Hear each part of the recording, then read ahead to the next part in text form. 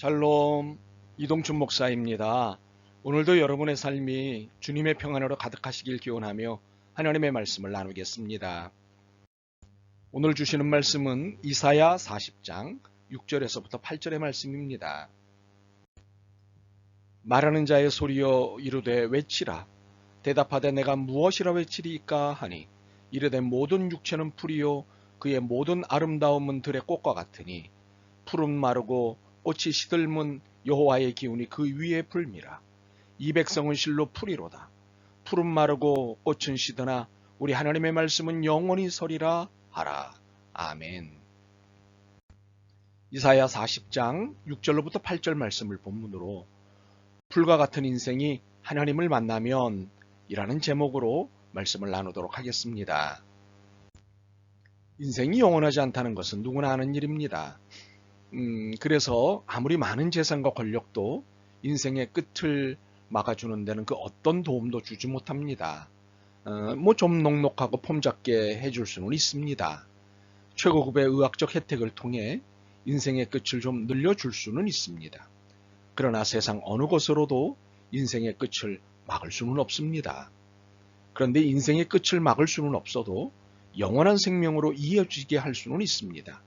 놀랍지만 놀랍지 않은 이 이야기가 오늘 본문에 있습니다. 오늘 우리가 마주한 성경은 이사야서입니다.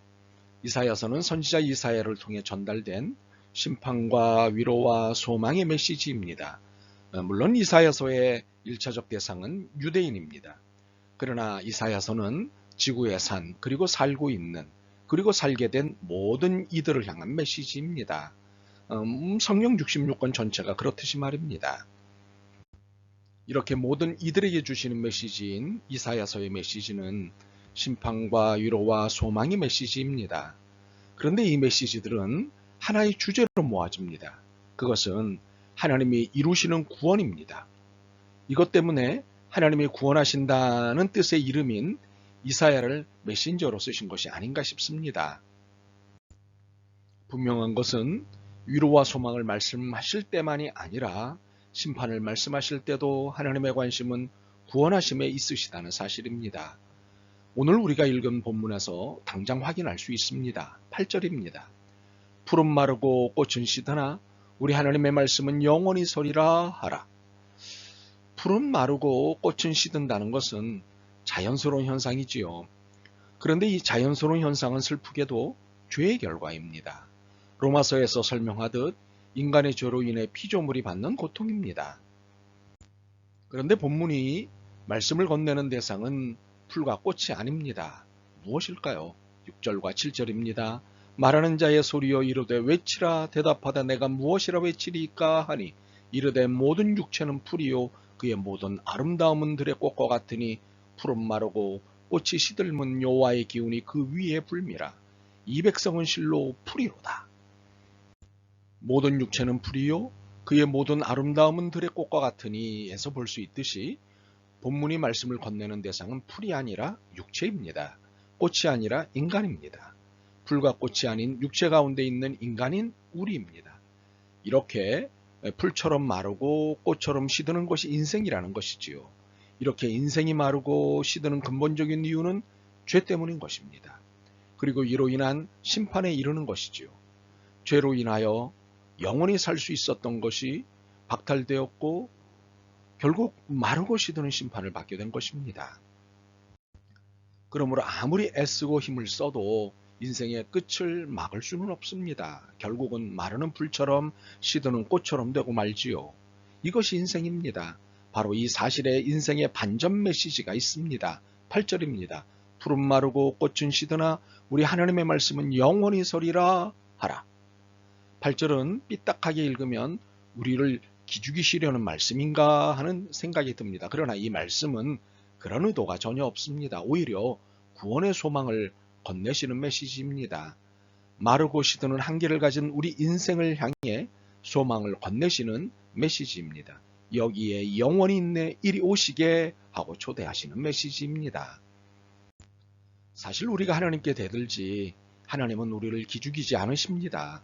시들고 마르는 한계를 가진 존재에 불과하면서도 마치 대단한 존재인 양구는 우리입니다. 이 버릇없는 태도를 보시면서도 하나님은 우리를 기죽이지 않으십니다. 시들고 마를 인생임에 오히려 궁휼함이 크십니다.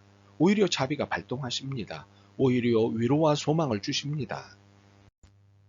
오늘 본문은 아니지만 이사야 40장 11절을 보겠습니다. 그는 목자같이 양떼를 먹이시며 어린 양을 그 팔로 모아 품에 안으시며 젖먹이는 암컷들을 온순히 인도하시리로다. 그렇습니다. 풀과 같이 반드시 마르고 꽃과 같이 반드시 시드는 우리의 인생을 향해 여기에 영원히 있네 이리 오시게 하고 초대하시는 것입니다. 그렇다면 하나님의 이러한 초대에 우리가 어떻게 하면 될까요? 글자 그대로 응하면 됩니다. 방금 읽은 11절을 따라 그대로 응하면 됩니다. 먹이실 때 먹고 안으실 때 안기고 인도하실 때 따르면 됩니다. 이것은 시들고 마르는 한계를 가진 내 자신의 방식이 아닌 하나님의 방식으로 사는 것입니다. 마태복음 6장에서 말씀하신 대로 무엇을 먹을까, 무엇을 마실까, 무엇을 입을까를 염려하는 대신 들의 벽화파도 입히시고 공중의 새들도 먹이시는 하나님을 의지하며 따르는 것입니다. 이것은 재물을 의지하는 삶에서 하나님을 의지하는 삶입니다.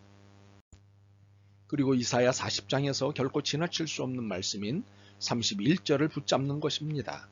오직 여호와를 앙망하는 자는 새 힘을 얻으리니 독수리가 날개치며 올라간 같을 것이요 다른 박질하여도 곤비하지 아니하겠고 걸어가도 피곤하지 아니하리로다. 힘의 필요성 때문에 권력에 의지하고 기생하는 데서 최고의 권력자이신 하나님을 앙망하는 것으로 돌아서는 것입니다. 더 이상 더러운 힘에 의지하는 삶이 아닌 하나님의 힘, 하늘의 새로운 힘, 하늘의 새로운 권력에 의지하는 삶으로 넘어오는 것입니다. 물론 인생의 모든 것은 시들고 마르기에 재물도 힘도 쇠잔해집니다. 언젠가는 반드시 없어집니다. 그러나 하나님을 의지하는 인생은 날마다 더욱 비상하며 더욱더 새로운 힘을 얻게 됩니다. 이것이 하나님의 말씀이고 약속입니다. 하나님의 말씀과 약속은 변치 않고 영원하십니다. 사실 우리는 진작 하나님께 인생을 맡기긴 했습니다. 그런데 영 불안하고 위태롭게 하나님과의 관계를 유지하고 있습니다. 이유가 무엇일까요? 죄의 욕망으로 인해 이 땅의 가치관에 현혹됐기 때문입니다. 비교를 통해 열등과 우등을 가르는 방식에 현혹됐기 때문입니다. 편리함과 여유로움이 풍성한 삶이라는 시대적 조류에 동의했기 때문입니다. 누림과 열림이 사람답게 사는 삶이라는 시대적 가치관에 동조했기 때문입니다. 이처럼 이 땅의 가치관에 현혹되고 동의하고 동조한 탓에 하나님과의 관계가 불안해지고 위태롭습니다. 평강과 안녕의 삶을 기대하지만 이러한 삶을 살 수 없습니다. 믿음이 있다지만 샬롬은 없습니다. 결국 선을 원하나 악을 저지르는 우리입니다. 이제 다시 결단을 해야 할 때입니다.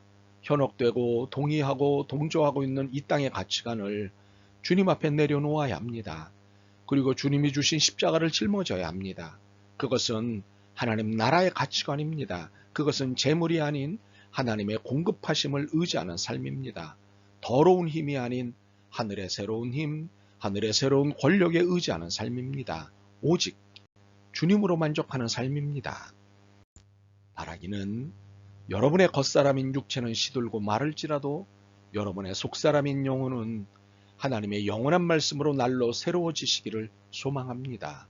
새 힘을 얻어 독수리 날개치며 올라간 같은 거룩한 삶을 더욱 살게 되시길 소망합니다. 아멘. 주님, 영원하지 않은 것에 현혹되고 동의하고 동조했던 것을 회개합니다. 이제 영원한 하나님 나라를 위해 살겠습니다. 오직 주님께 초점을 맞춰 살겠습니다. 도와주옵소서. 예수 그리스도의 이름으로 기도드립니다. 아멘.